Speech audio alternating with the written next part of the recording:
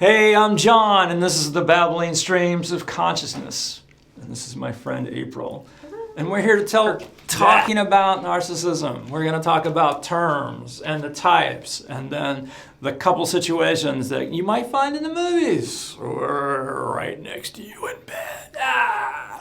Scary. Okay, so what kinds of narcissists are there? There's a few. There's not just one. There's several. There's overt narcissism. There's covert narcissism. There is antagonistic narcissism. There's communal narcissism, and even malignant narcissism. Yeah. Now, the malignant one is sometimes, I think, also called the Machiavellian one or the dark triad one.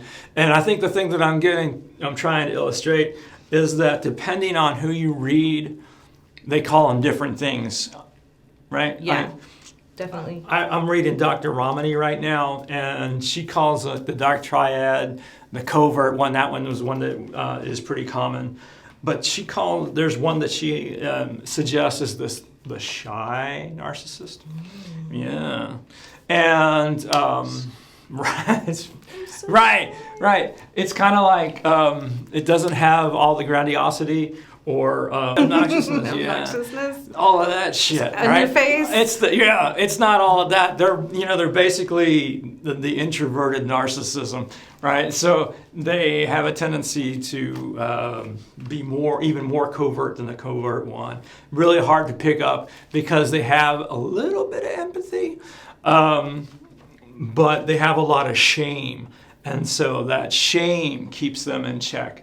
They're not so controlling, but they need a lot of affirmations, and they do projection and all of that fun stuff. They like to make you feel bad. Right. They're the kind that act like your friend, and Right. they'll ask you questions of, Right. are you okay? Can you tell me what's going on with you? But really, they're just pumping you for information so they can use that as ammo against you. That's absolutely That's right. what they do. That's exactly right. They look like they are having a little empathetic moment right there, right? They have some concern, but they Not really don't. what that is. They don't give a shit. They No. don't. Not in the least. No. But I find it disturbing that, concerning. I find it concerning that there's so many different names for the same types of narcissism out there. And I think that's part of our problem. You think that the industry, I guess, as a whole should kind of come together in agreement on what these terms are? Is what I do, yeah. So it's not so confusing? Yeah, because, one of the things that, for me personally, and the reason that I'm doing a lot of these videos is for educational purposes. And what kind of educational purpose are we going to have if we can't agree to the terms? The terms are different. Are you talking about the dark triad narcissist? Are you talking about the Machiavellian narcissist? Are you talking about the malignant narcissist? Yeah.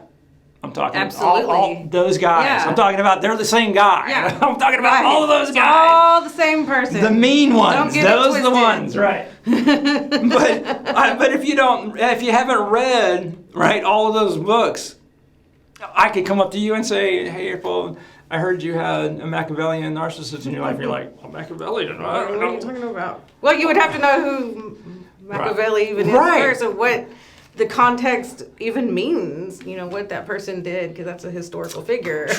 True. And not everybody's a history buff or even wants to research that. Right. So, right. Honestly, we it don't was a want to hard go that read. deep. Right. So, let's put it in some more layman's terms, I guess, that maybe people can more readily identify. Yeah, and yes, Makes exactly. sense. Yeah. I think that would be... That makes sense. That would benefit all of us. Right. Especially the educators and the ones that we're trying to educate. I mean, I guess, with the Machiavellians, the dark triads, they're the kind of people, they're playing chess with you. Right. We're over here playing checkers. Right. We don't even know the rules of the game. Right. But they are far, far ahead of us as far as their planning and scheming and all that goes. They've been planning and plotting for a while what they want to do to you. Right. And it's not good. No. It's never good.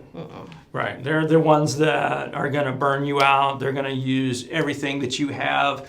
And I mean, they're gonna suck the soul you of right out all of of you. your kindness, goodness, energy, right out of you. Finances, family, friends. They're taking all the F's. Yeah.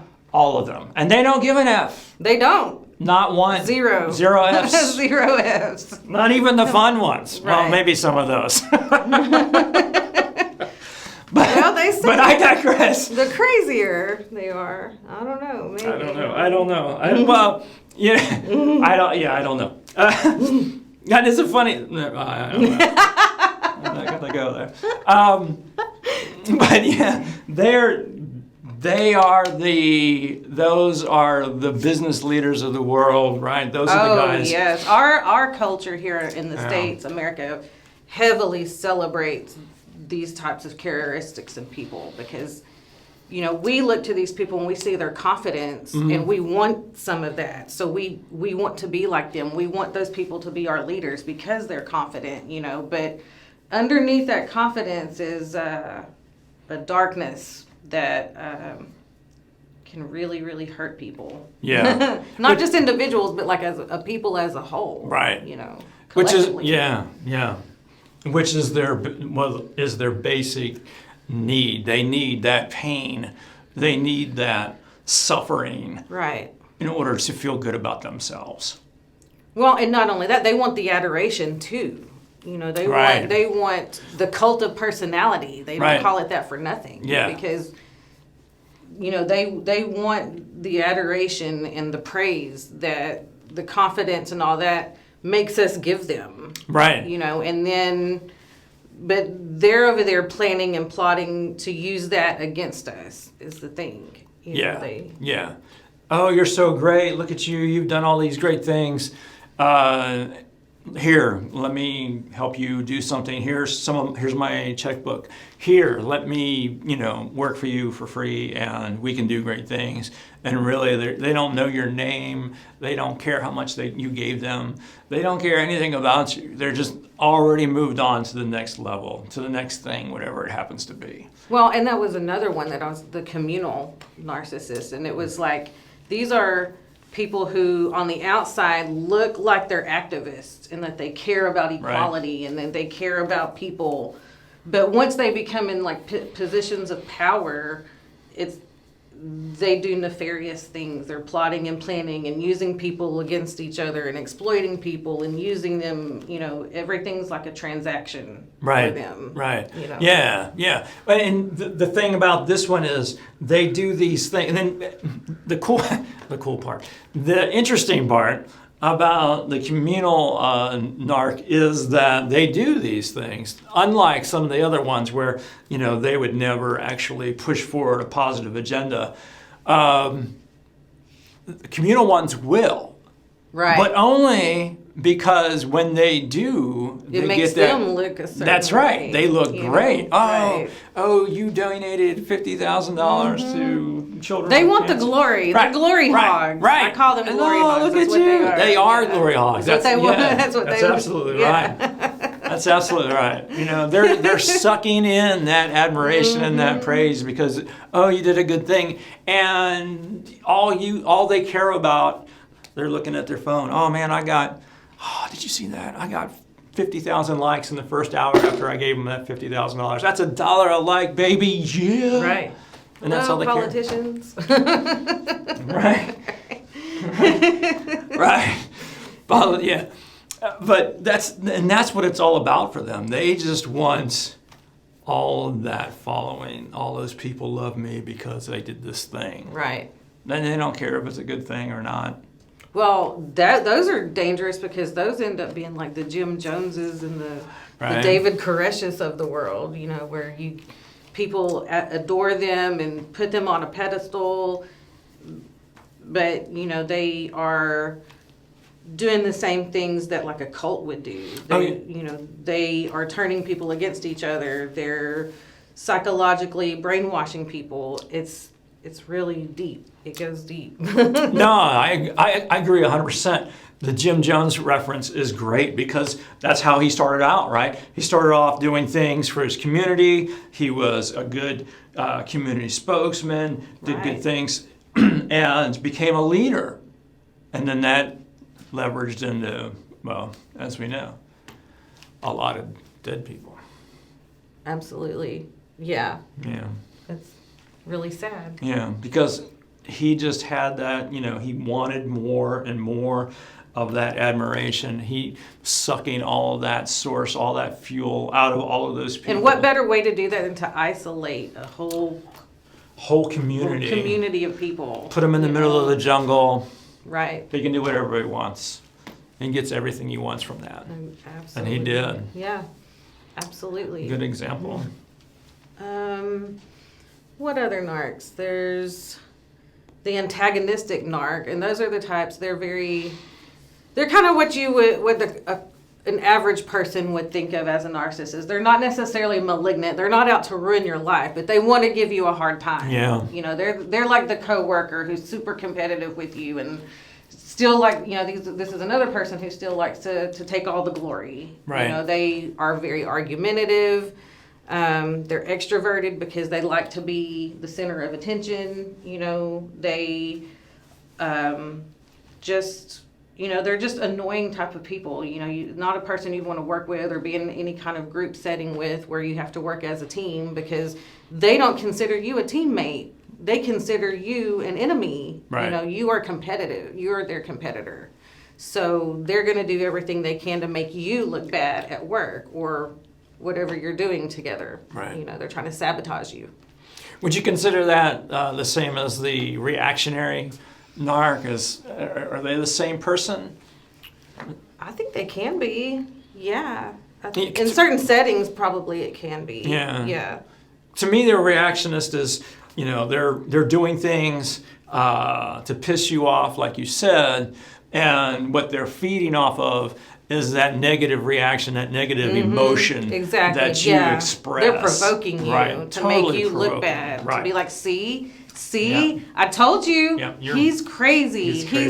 He's off his rocker. He's unbalanced. He's an angry guy. Yeah, he's unbalanced. Those are the types of people you want to look for. Definitely. Yeah. What would you consider the most dangerous? Malignant?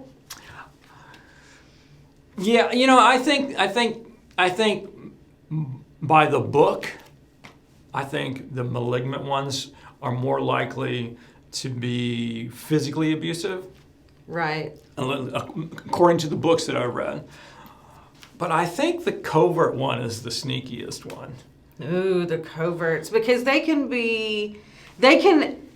trick you into feeling sorry for them. Yeah. That's the kind they are. Because they're not extroverted necessarily. No. They're the kinds that are kind of in the corner feeling sorry for themselves. But they feed off sympathy. Yeah. Right. So they sneak their way in there. Right. Right. And then when they get in, oh man. Right. And so every ounce of sympathy and attention you give them, it's like supply. Right. Because they're looking for a specific type of supply. They're looking for that empath. They're looking for that person that feels like they're a rescuer. They're flying in on that cape, Superman, I'm going to rescue this person. They're down on their luck. Oh, they're just, I'm here to help. What can I do? And then they know. As soon as you say, I'm here to help, what can I do, buddy? Boom, they got you. Yeah. And I think these are the people that are kind of, if you've been around them for any real length of time, are pretty quick you can figure them out pretty quickly.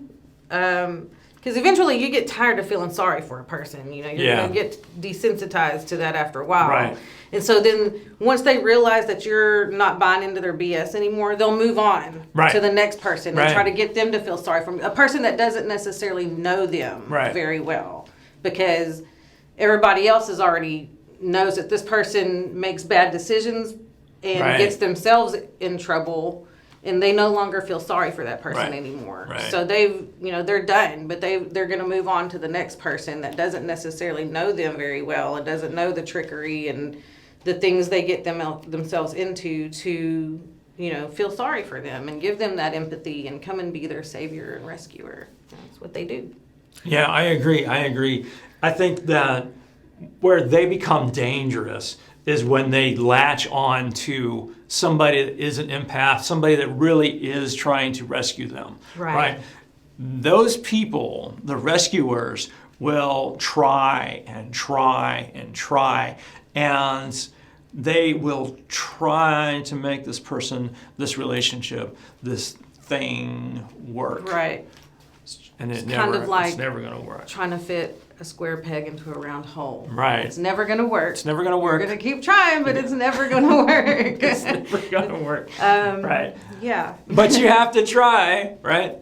Because you, not you, but a person that is of this type, that is what they do. They have to fix this, right? Right. And that's usually a person that's very nurturing. Right. They take on like a nurturer role, and these people see that in you, and they exploit it. Yeah. That's the whale, man. That is what they're looking for. They can feed off of that for a long time, years, years before you can get it. And then it's hard to get out because you've gone through that cycle, that the love bomb, devalue, Hoover cycle, where they love you, they hate you, and then they suck you back in, they love you again, and then they hate you again, and you keep trying to make it work, blah, blah, blah. Disvaluation, discard. That's right. Kick to the curb. That's what they do. Devaluation and discard. Mm-hmm. That's what they do. And then it is difficult to get out. That's why I think it's so hard. I liken it to being caught up in like a hurricane, because when you're in it, it's hard to see it for what it is because you're so busy just trying to make sense of everything and go on about your regular daily activities. And when you're trying to do that and your mind is confused, it's hard to get out of it. When you're in the thick of it. Right. Well, yeah, because some of the tactics that they use, usually they're going to be pathological liars. Mm-hmm. So if their mouth is moving, they are lying. It's so true. Lying. It's so true. They're lying out of their mouth is moving. They're lying out of their lying liar hole. Lying. Everything they say is all about crafting a universe that is specific to them, that makes them look good and you look bad, right? So that you feel bad about them and you'll come back and say, oh, I'm sorry, I can try harder, I'll do better, we can do this together. And that guy's like, oh yeah, the fuel, oh, it's so good. And it's all lies. They have no intention of stopping whatever they're doing to upset you. They're just telling you what you want to hear to get you to shut up and feel sorry for them or give them whatever supply they need, basically. That's it. So they're pathological liars. They're pathological users, man. They're either going to use you as bait. They're going to triangulate you to get another piece of supply. They're going to cheat on you as process of getting interviewing that other piece of supply. They are going to drain you financially, emotionally, and every other way that they can figure it out. Yeah, it's all theirs.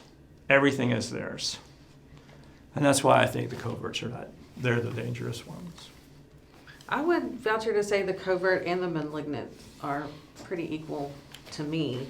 I've never met a covert one that has quite the chess playing abilities that a malignant one has per se. I was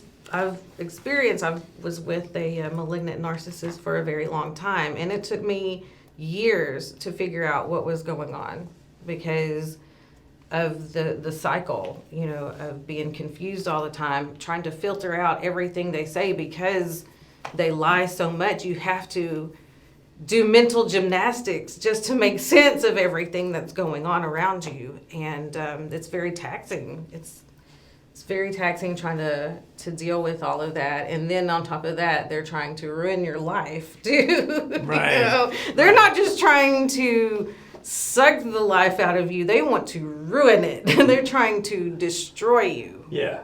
They're definitely trying to destroy you. That's for sure. Yes.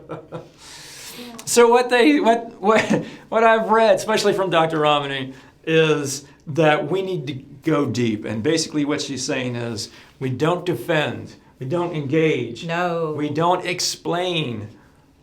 You don't spend none of your time doing that. You're Right. wasting your breath, Right. even engaging in any of that. Yeah. And we don't personalize it. Right? Right. So if you go deep, you don't defend, engage, explain, or personalize, basically it's robbing them of the fuel that they're desperate for. Exactly. Right? They want that reaction. They want to see you sad, Absolutely. in pain, hurting. Yeah. Honestly, that's true. They is do true. want those things. They want to see you in pain. Because it makes them feel better about themselves. It So- it does. It's a sick thing, but it does. It gives them a high. It makes them, because they already deep down feel really crappy about themselves. Mm-hmm. And that's how they make themselves feel better, is by making other people feel bad about Absolutely. themselves. They want to make Absolutely. you feel worthless. Absolutely. 100% agree. And that's why it's so important to go deep. Do not defend. Do not engage. So important. So hard to do, right? It is because your gut instincts and your reflex is to like say something back and Right. defend yourself. Right. But they use that as ammo. They're going to find a way, even what you're saying is true, and to the point there can be no like cuss words in it. They're going to find a way to twist what you said and use it against you. It's like I don't know how they do it, but they're very crafty in the way they try to spin things to make it your fault. That's right. Or like they aren't the ones doing anything wrong. Yeah. Linguistic gymnasts, that's what they are. They call it word salad. And Yeah, it's true. that's true. Word salad. And it is. It really is. They spin it however they want, and it always reflects good on them, bad on you. Right. Always. Right. Always. So never, ever, ever defend or engage. Don't explain. They'll turn it back on you. And if you make it personal, oh my God, you're just giving them the barbecue sauce. You want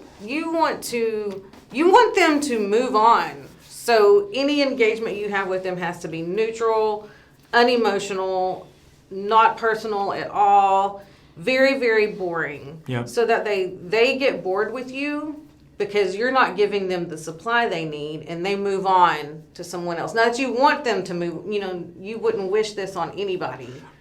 But Right. you don't want it to be you, for sure. And so with just keeping things very neutral and boring, they move on. Right. They will leave you alone eventually. That's a process called gray rocking. Yes. I understand it's really difficult to do because of that going deep. You have to go deep in order to do it, right? So not engaging and defending, once again, super hard to do, but becoming so bland that you're like chewed up line paper from school, You're right? like, well, this person's no fun. They're not giving me any Right. kind of a reaction. Right. I'm just going to move on to the next person and get what I need out of them. And that's what you have to do. And that's what they do. That's what you do. That's what you have to do, and that's what they do to you. And I 100% agree. I don't know what to do about that situation. Like you said, you wouldn't wish that on your worst Right. enemy, honestly. Honestly, it's terrible. But what do? Damage control is kind of harm reduction. At that point, it's harm reduction because you're just trying to reduce any kind of harm that can come your way. Right. And then do your best to raise awareness to others about this thing that's going on. I think what we do in that situation is a good topic for another discussion. I agree. So how about that 1-2 punch? What's your favorite self-care? And what's your favorite mental health song? My favorite self-care has become meditation because I have found when I'm triggered, I tend to not breathe good. Oh. And it affects everything else that's going on with my physiology because I'm not breathing right. Right. So I have learned that breath work is very important, and taking time to meditate and center, because I start to feel spinny when I'm triggered and out of control, and I start disassociating. So when I'm disassociating, I'm feeling disconnected from my body, and I need to ground myself. And the way I ground myself is by meditation, center myself, and I start the breath work, and I do the visualizations. And the visualizations seem to really help. I go to my happy place mentally, which is by the beach. It's where I go Me every too. time. Me too. And I am able to calm myself. So that's my favorite technique. Cool. Cool. I like that. Yeah. Mental health song. Do you have one? Self-Care by Mac Miller. Oh, it's not High Ren? I thought for sure it would be High Ren. No. And if you know, you know. And if you don't, check it out. It's not? No, it's It's Self-Care. Mac Miller. Okay, cool. All right. Self-Care by Mac Miller. I like his vibe. I really cool. like his chill. That's cool. I like his vibe. Okay. So, Well, this has been fun. yeah. Thank you, April. Well, thank you for having me. Bye, fellow babies.